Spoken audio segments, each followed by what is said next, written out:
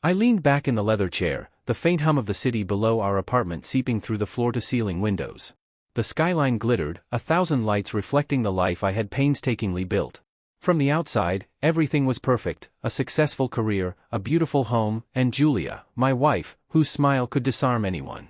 Yet, in the quiet moments, like now, sipping my late-night whiskey, I felt the first hints of a shadow I couldn't name.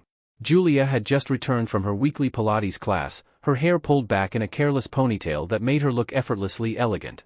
"You're still up," she said, a soft smile playing on her lips. There was warmth in her tone, but something in her eyes flickered, a brief hesitation I couldn't place. "I couldn't sleep," I lied, though the truth was more complicated. My mind had wandered over details that now seemed inconsequential yet nagged at me: a glance too long, a text answered too quickly, laughter that sounded rehearsed. I dismissed it as stress from work, the endless deadlines and client demands that gnawed at my concentration.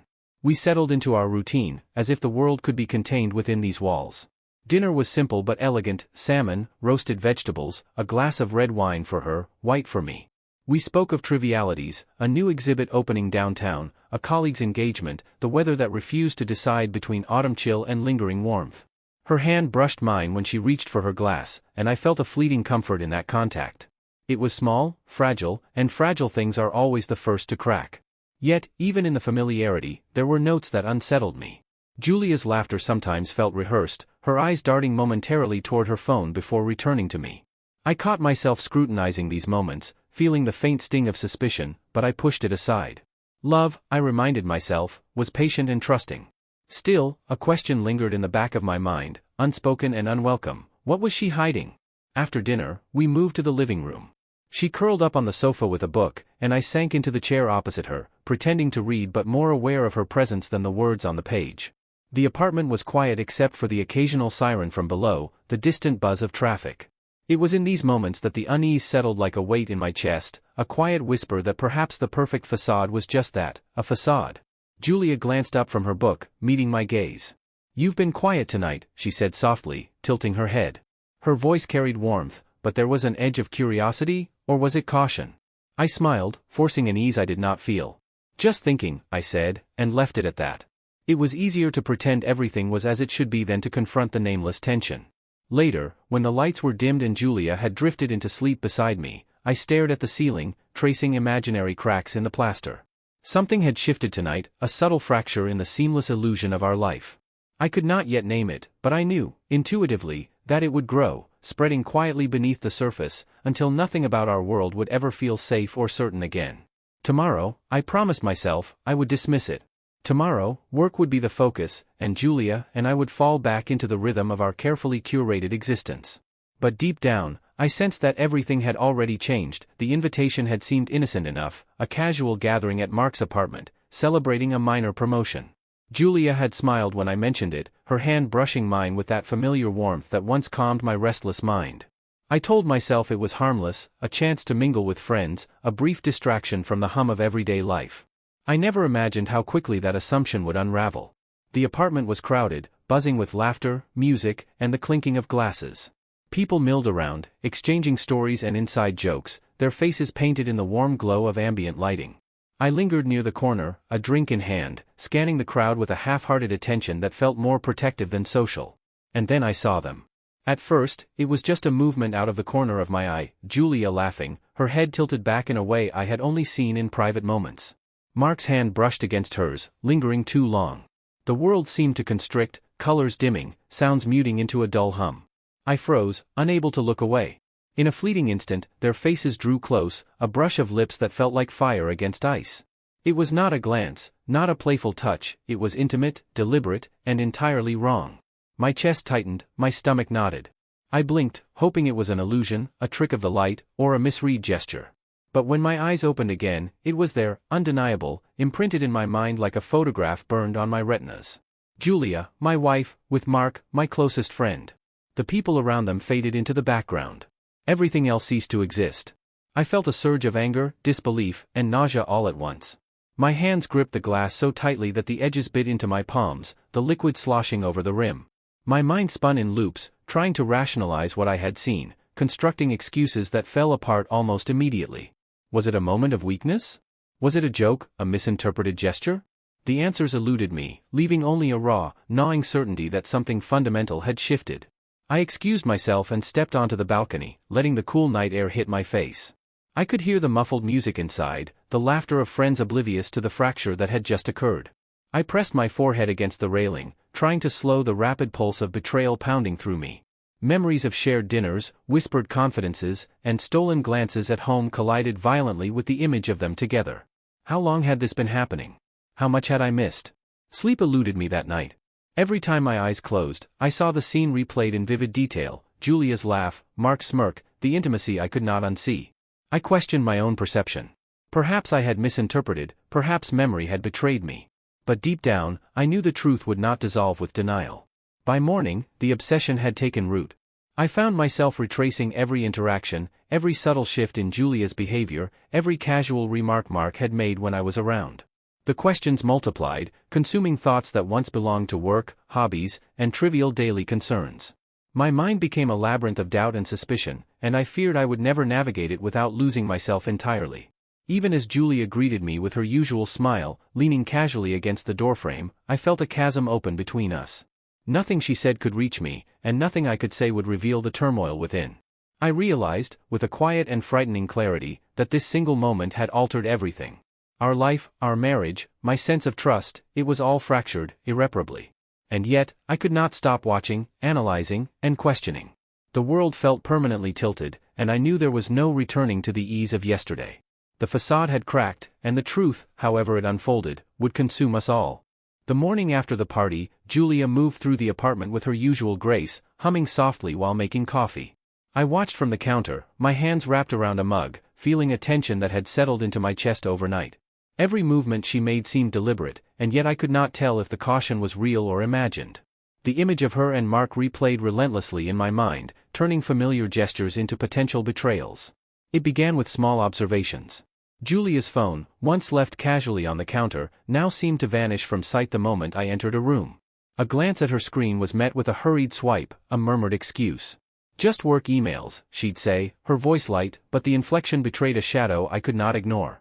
I tried to dismiss it, convincing myself that suspicion was a dangerous path, that trust was what marriage required. But the seed had been planted, and it grew with every minor inconsistency. I noticed her late nights, too. A meeting she claimed had ended at 7 stretched into hours, and she returned with a distant look in her eyes, laughter that felt rehearsed. I recalled past moments I had brushed off, sudden wardrobe changes, unexplained errands, fleeting text messages. Memories that once seemed insignificant now appeared as pieces of a hidden puzzle, each detail sharpened by doubt.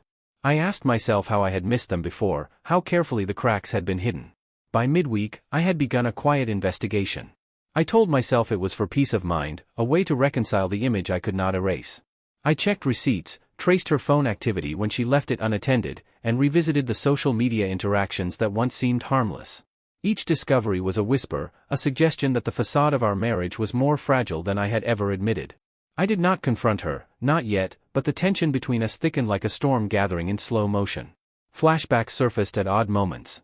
I remembered the seemingly inconsequential nights when she laughed at my jokes a fraction too late, or when Mark's visits coincided with her absences. I had ignored these signals before, comforting myself with reassurances that life was hectic, that I was overthinking. But now, under the harsh scrutiny of suspicion, every memory felt like a warning I had foolishly disregarded. The past seemed to bend toward a truth I was not yet ready to confront. I also noticed subtler manipulations. Julia would redirect conversations when I asked questions, make casual remarks to deflect, smile in ways that suggested ease but carried an unspoken weight. It was as though she had rehearsed this dance for years, and I was only now learning the steps. My mind churned with the possibilities, each one darker than the last. I began questioning my own judgment, the reliability of memory itself, the honesty of a life we had shared for nearly a decade. At night, I would lie awake, tracing her footsteps in my mind, reviewing every interaction, every whisper of movement in our apartment. The more I searched, the more I felt trapped within a web of doubt and paranoia. Yet beneath it all, a grim fascination took hold, the irresistible need to know the truth, no matter how painful it might be. I knew that the next step would bring confrontation, that hiding in uncertainty was no longer sustainable. And so I prepared. Quietly, methodically, I began piecing together the threads, keeping notes in a journal I hid beneath the mattress. Every unexplained absence, every fleeting glance, every minor lie was catalogued. The life I had trusted, the marriage I had cherished, was no longer a sanctuary. It was a labyrinth of half-truths, and I was determined to navigate it. The quiet domesticity of our apartment now felt like a stage, with Julia unaware that every smile, every gesture, every casual laugh was being scrutinized. And deep down, I feared what I might find, even as I could not stop myself. The moment of revelation loomed, and I knew that nothing would ever feel safe again. I found her in the kitchen, leaning against the counter with a glass of wine in hand, her posture casual, almost carefree.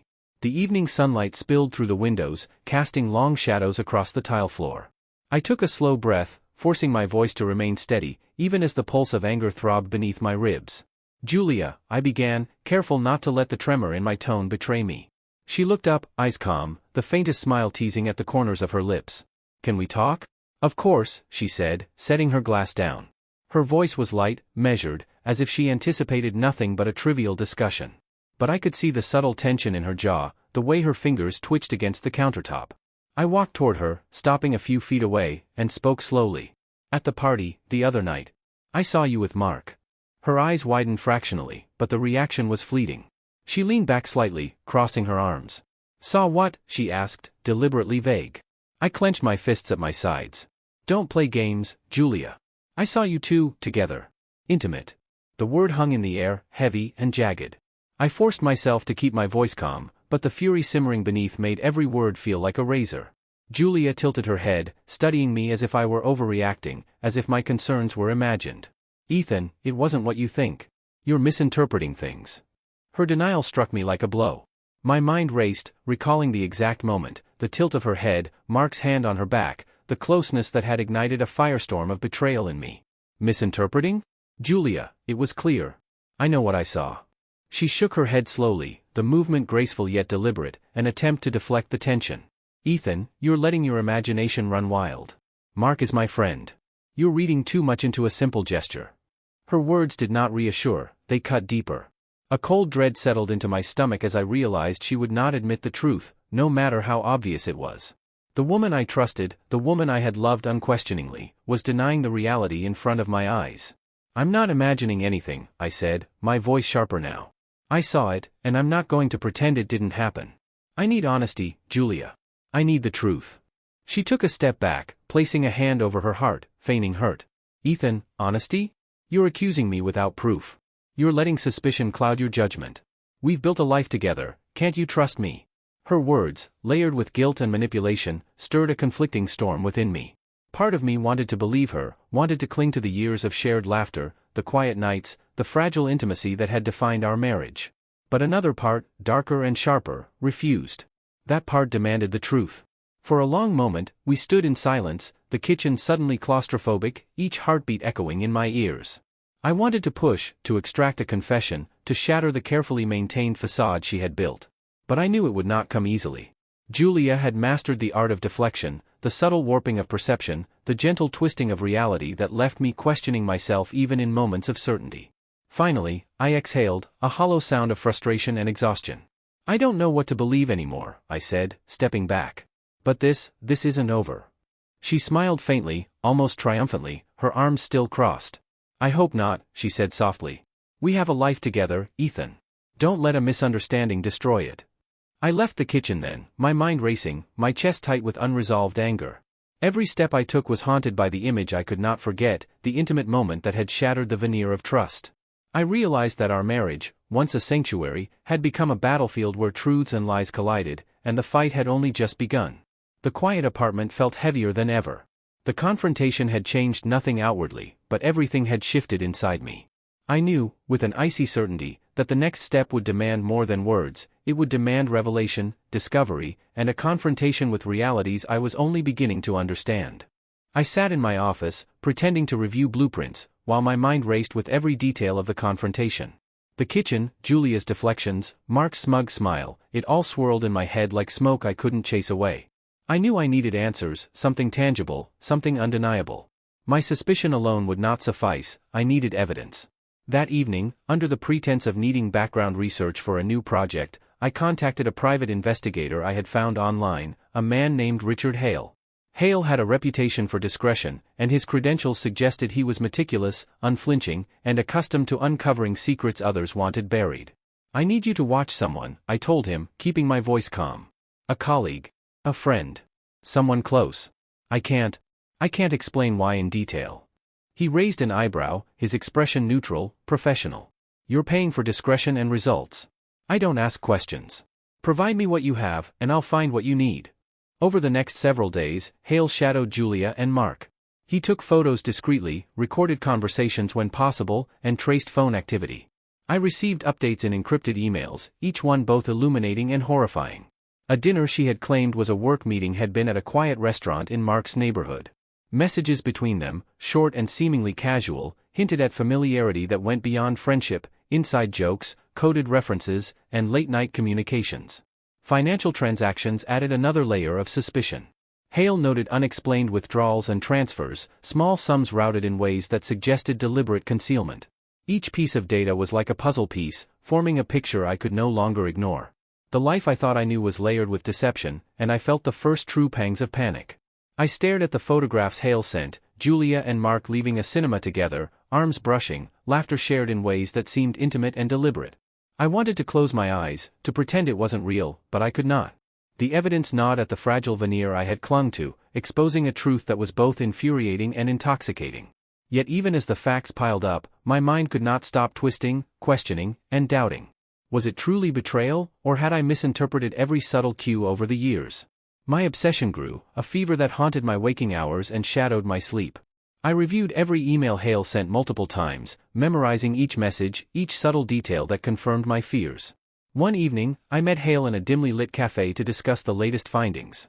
He slid a manila envelope across the table, thick with printouts, photographs, and handwritten notes. You wanted answers, he said simply. Now you have them. What you do next is your choice. I felt the weight of it all pressing down, the sense of betrayal crystallizing into something sharper, almost tangible. Julia's lies, Mark's duplicity, the secrets that had been whispered behind closed doors, they were no longer rumors or shadows. They were facts, undeniable and raw. I realized that my next steps could not be measured in subtle glances or whispered suspicions. I was in uncharted territory, a place where emotions, logic, and morality collided. Returning home, I avoided Julia, pretending to be absorbed in work while my mind replayed the evidence. I could no longer trust the life we had built together. Every interaction, every laugh, every affectionate gesture now felt like a potential act of concealment. The apartment, once familiar and safe, felt like a stage set for deception, each room a potential witness to the secrets I now knew were hiding in plain sight. That night, I lay awake, the photograph spread out on the desk beside me, and I made a silent vow. I would uncover everything. Every lie, every hidden meeting, every betrayal. I did not yet know the consequences, but the need for truth had become an obsession I could not escape. Julia had been hiding something, Mark had been complicit, and I, Ethan, was determined to shine a light into the shadows, even if it destroyed everything we once held sacred. The apartment was dark, the only light coming from the faint glow of the street lamps outside. Julia sat on the edge of the sofa, her hands clasped tightly in her lap, her gaze fixed somewhere beyond the walls. I stood near the doorway, hesitant, the envelope from Hale still clutched in my hand like a lifeline and a weapon all at once. I know why you've been distant, I said, my voice low, careful not to explode with the storm of emotion swirling inside me. She didn't answer immediately, only shifted, as if preparing for a truth she had kept buried for too long. Finally, she spoke, her voice a whisper. Ethan, I owe you an explanation. I felt a flicker of relief, but it was fleeting, quickly replaced by suspicion. Go on, I said. She swallowed, her lips trembling slightly. Mark, it's not what you think. It wasn't physical. Not in the way you imagine. It was emotional. He understood things I couldn't tell anyone, things I didn't even tell myself. I leaned on him because I was lost. I froze. Emotional? Lost? The words sounded hollow at first, but then I remembered the nights she had seemed distant, the subtle hesitations, the laughter that didn't reach her eyes. Lost how? I asked, though the answer terrified me. Julia's eyes glistened with tears. After my father died, and after everything with my family? I felt hollow. Mark listened. He didn't judge. He made me feel safe, even when I didn't know how to feel safe myself. The confession hit me like a blow. Part of me wanted to embrace her, to understand the trauma that had driven her to seek solace elsewhere.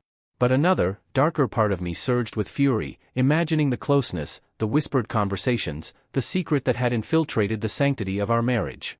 So, all of this, I said, my voice trembling, all the messages, the dinners, the closeness, it was just talking?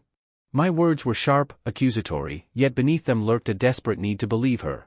She nodded, tears spilling down her cheeks. Yes, just talking. Emotional support. I never intended to hurt you. I never wanted it to go this far.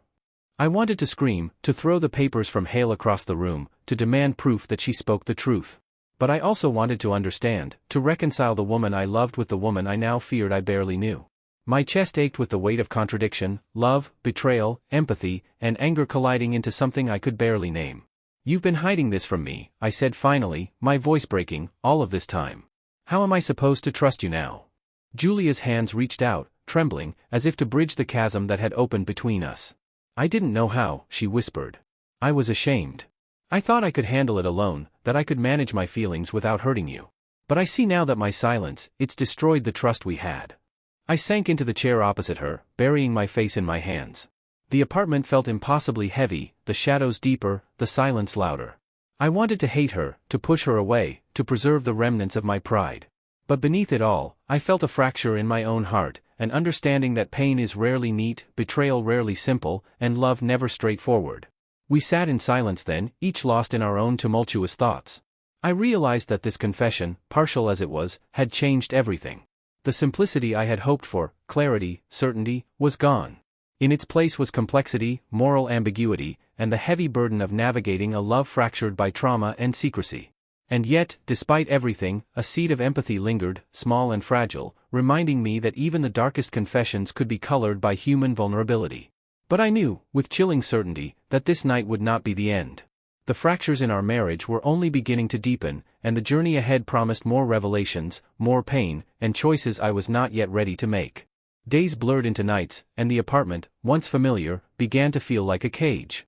I avoided Julia whenever possible, retreating into the office, into blueprints, into the endless spiral of work that now served only as a thin veil for my obsession. The images of her with Mark haunted me relentlessly, replaying in loops that refused to fade. I questioned everything, a glance, a laugh, a gesture, any detail could be proof, or proof of my own unraveling. I began seeing things out of the corner of my eye, shadows that moved too quickly, reflections that seemed to linger longer than they should. Once, I thought I saw Julia's silhouette in the living room, leaning too close to Mark in a memory that overlapped with reality. I ran to the room, only to find her curled up on the sofa, asleep. My heart raced, my hands shook, and I wondered if I was losing my mind. Phone notifications became torture. Every message could conceal a secret. Every missed call felt like confirmation of betrayal. I stopped sleeping properly, dozing for a few hours only to wake in panic, mind racing with imagined scenarios. The line between reality and illusion blurred, every sound, every shadow became a question, every silence a verdict. Even our conversations were unbearable. Julia tried, hesitantly, to reach out, to explain, to reconnect. But I could not hear her voice without hearing Mark's echo in the background. Every word she spoke seemed layered, a hidden meaning beneath the surface. I reacted before thinking, withdrawing, interrogating silently with every glance. She noticed, of course, and her own frustration simmered. Our home, once a sanctuary, had become a battlefield of suspicion, fear, and unspoken accusations. I started keeping a journal, cataloging every detail, every minor anomaly, every fleeting thought that crossed my mind. Notes on her schedule, his visits, their conversations, my own feelings of dread and suspicion. The pages filled rapidly, a chaotic chronicle of obsession. The act of writing should have calmed me, but it only intensified the fixation. Each entry solidified my certainty that something was profoundly wrong, even as I questioned my sanity for noticing it all. Hallucinations became harder to ignore. Once, I swore I saw Mark's reflection in the hallway mirror, standing behind Julia as she prepared dinner, grinning in a way that made my stomach twist. Another time, I thought I heard his laughter mingling with hers, low and intimate, when the apartment was empty. I confronted shadows, objects, even my own reflection, desperate for reassurance that I was not imagining everything. But the evidence in my mind was undeniable, unyielding, and yet unprovable. I stopped answering calls, avoided friends, and withdrew from the outside world. Isolation became both punishment and protection. The apartment felt smaller each day, walls pressing in, corners hiding threats that did not exist, or did they? I no longer trusted my senses, and every familiar object seemed altered, sinister, a witness to secrets I could not confirm. One night, I caught myself standing in the doorway, staring at Julia as she slept. Her face, peaceful and untroubled, should have comforted me. Instead, I felt rage, grief, and fear all at once. I wanted to wake her, demand explanations, tear open the darkness to find the truth.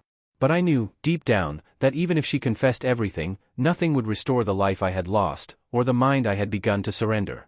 By the end of the week, I realized that the breaking point was no longer a distant possibility, it had arrived, quietly, insidiously. My mind, once sharp and precise, had become a battlefield of memories, suspicions, and hallucinations. Reality was no longer a steady ground beneath my feet, only shifting sand that threatened to swallow me whole.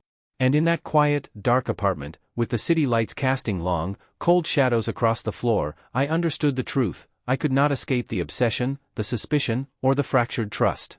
It had claimed me entirely, and the consequences, of actions taken, words spoken, and truths revealed, were inevitable. The next moment, the next confrontation, would not merely test our marriage, it would determine what remained of our lives, and who would survive the fallout. The apartment felt suffocating that night, the walls pressing in as though they had absorbed every suspicion, every whispered thought, every shadow of betrayal. I paced the living room, Hale's latest reports spread across the coffee table, photographs of Julia and Mark staring back at me. Proof, undeniable and raw. My chest burned with fury and disbelief. Julia entered quietly, her expression cautious, sensing the storm that had been brewing for weeks.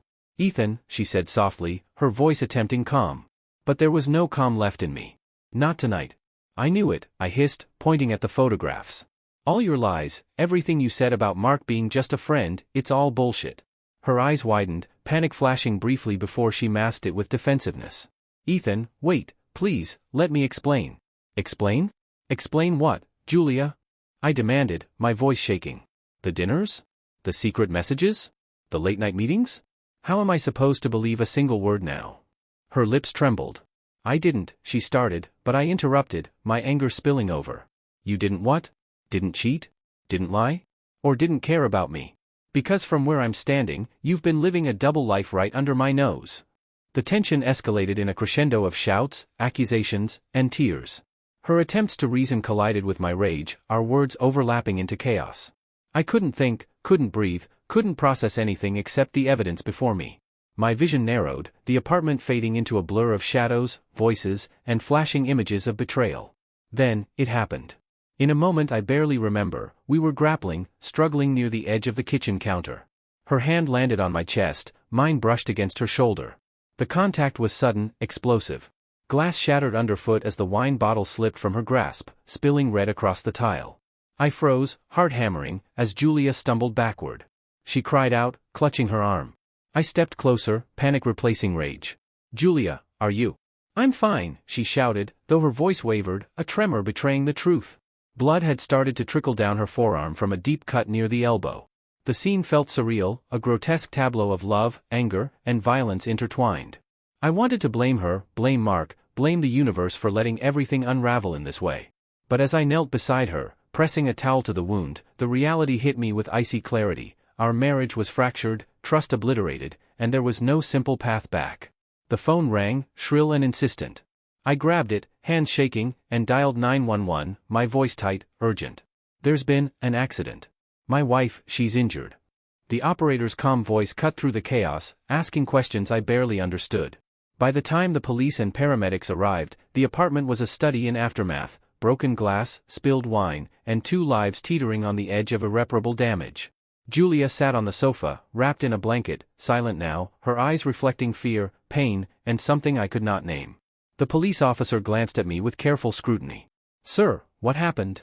I opened my mouth, searching for the right words, but none came. The truth was too jagged, too multifaceted. It's complicated," I said finally, voice barely above a whisper. We argued. Things got out of control." Julia didn't speak, her silence louder than any confession. The paramedic cleaned the wound, applying a bandage with practiced hands. I watched every movement, my mind already spiraling ahead, calculating the consequences, imagining the investigation, the questions, the scrutiny of our friends, our neighbors, our world. As the police left, taking notes and ensuring statements were given, I realized something with chilling certainty: nothing would ever be the same. The argument, the injury, the betrayal, everything had escalated beyond control. The night had shattered the fragile illusion of normalcy, leaving only fragments of what once was, scattered across the apartment and my mind. I stared at Julia, her face pale, eyes haunted, and felt a strange, cold clarity settle over me. Love and rage had collided violently, leaving a scar deeper than the cut on her arm. I knew that the events of tonight would define everything from now on, our relationship, our sense of trust, our perception of reality. And I understood, with a bone-deep certainty, that the journey ahead would demand truths neither of us were fully prepared to face. The apartment felt sterile now, stripped of intimacy, as the police began their investigation. Officers moved methodically, asking questions, taking photographs, recording statements. Every object, the broken glass, the spilled wine, the bandaged wound, felt like evidence of a life I could no longer control. Julia sat quietly on the sofa, her hands folded, eyes fixed on the floor. I hovered near the doorway, unsure whether to intervene or disappear into the shadows. Detective Reynolds, a man in his 40s with a calm but piercing gaze, directed the process. "We need to know everything," he said, his voice firm but not accusatory. "Every interaction, every argument, every unusual detail leading up to tonight." Friends and colleagues were called in for questioning. Mark arrived under a guise of concern, his expression carefully neutral, but the subtle twitch in his jaw did not escape me. I watched from across the room, silent, noting every glance, every hesitation. The investigation was not just about the incident, it had become a prism through which every relationship, every secret, every hidden motive was being examined. The police questioned neighbors next. They reported hearing raised voices in the evening, arguing tones escalating into shouts, then a loud crash. Every recounting, every observation, added layers to the story, building a mosaic of tension, suspicion, and fear. I realized, with growing dread, that our private chaos had spilled into the public sphere, and there was no way to contain it. Julia's colleagues spoke of her behavior in the past weeks, withdrawn, distracted, sometimes anxious. At first, I wanted to defend her, to explain away the signs as work stress. But Detective Reynolds looked at me sharply, as if daring me to lie. "And you didn't notice anything unusual?" he asked. I swallowed, realizing that, yes, I had noticed, too late, and only after obsession had already taken root. Even past lovers were interviewed, bringing to light details I had never known. There were affairs of words and glances, hidden attachments and subtle manipulations that neither Julia nor I had fully disclosed to each other. Every revelation chipped away at the idea that there had ever been a simple, unbroken truth between us. The moral cost of our actions, the compromises we had made, and the deceptions we had both endured and perpetuated were laid bare in a way I had never imagined. As the day unfolded, I noticed something frightening. The lines between guilt and innocence, between betrayal and miscommunication, were thinner than I had believed. Mark's motives were questioned, Julia's secrecy was scrutinized, my own responses, my obsessive behavior, became part of the narrative. The investigators seemed impartial, but the weight of judgment pressed on me regardless. Hale's photographs and notes were quietly introduced, reinforcing the visual record of deception, yet the emotional context, the why, the subtle emotional manipulations, the trauma, remained difficult to convey. I felt torn between relief and despair, relief that truth was finally emerging, despair at the devastation it revealed. By evening, the interviews concluded, leaving a tense silence in the apartment. Detective Reynolds glanced at both of us. "This isn't over. But for now, we need to assess the facts before drawing conclusions. Everyone involved will have to cooperate." Julia looked at me, her expression weary, almost resigned. I met her gaze, feeling the complexity of emotions I could not untangle: anger, pity, betrayal, and lingering love. We were two people fractured by circumstance and choice, exposed in the harsh glare of scrutiny, with no easy way to repair what had been broken. I realized, for the first time, that the consequences of our actions would extend far beyond the apartment walls, beyond our marriage, beyond ourselves. Friends, colleagues, investigators, each had a stake in the truth, each had a perspective that would shape how our story was understood. And yet, amid the interviews, the questions, and the revelations, I sensed that the most difficult truths were still within us, buried beneath layers of guilt, fear, and memory. As the officers packed up their equipment and left, the apartment felt emptier than ever. The investigation had begun, but the unraveling of our lives had only just started. Every choice, every secret, every betrayal would soon demand reckoning, and neither Julia nor I could escape the moral cost of what had happened. The apartment was quiet, eerily so, as if the walls themselves had absorbed the violence, the accusations, the betrayals, and the fear. I sat alone on the edge of the sofa, my hands folded in my lap, staring at the remnants of a life that felt both familiar and impossibly distant. The broken glass had been swept away, the spilled wine cleaned, but the scars lingered in ways that no mop or rag could erase. I thought of the first time Julia and I had moved into this place, laughing over paint swatches, imagining a future that seemed limitless.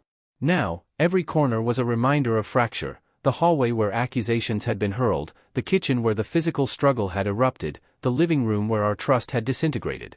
I felt the weight of every choice, mine and hers, pressing down like a physical force. Julia was across the city, in a temporary apartment arranged through friends. I didn't call her, didn't visit. Part of me feared what I would feel if I saw her again, anger, pity, longing, or all three at once. Part of me feared what she would say, how her explanations, confessions, or silences might shatter the fragile control I had managed to maintain over my own mind.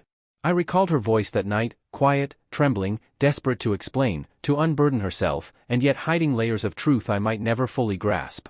I understood now that trauma, secrecy, and human frailty had intertwined in ways that were both tragic and inevitable. Her choices, her emotional dependence on Mark, her inability to confront her own fears, had collided with my obsession, my paranoia, and my fragile sense of control. Together, we had built a perfect storm. Yet even as I reflected on blame and betrayal, I could not dismiss the remnants of love that lingered. I remembered small gestures, moments of tenderness, the shared silences that once conveyed understanding. Those memories were a double-edged sword, cutting through the anger while deepening the ache of loss. I realized that some bonds, no matter how violated, could not be erased completely. Julia's perspective, though distant, surfaced in fragments, her remorse, the survival instinct that had guided her actions, and the deep sadness of knowing she had hurt the person she once vowed to cherish above all else. I imagined her staring out at the city lights, replaying her own decisions, questioning how she had allowed friendship, trauma, and fear to bend into secrecy.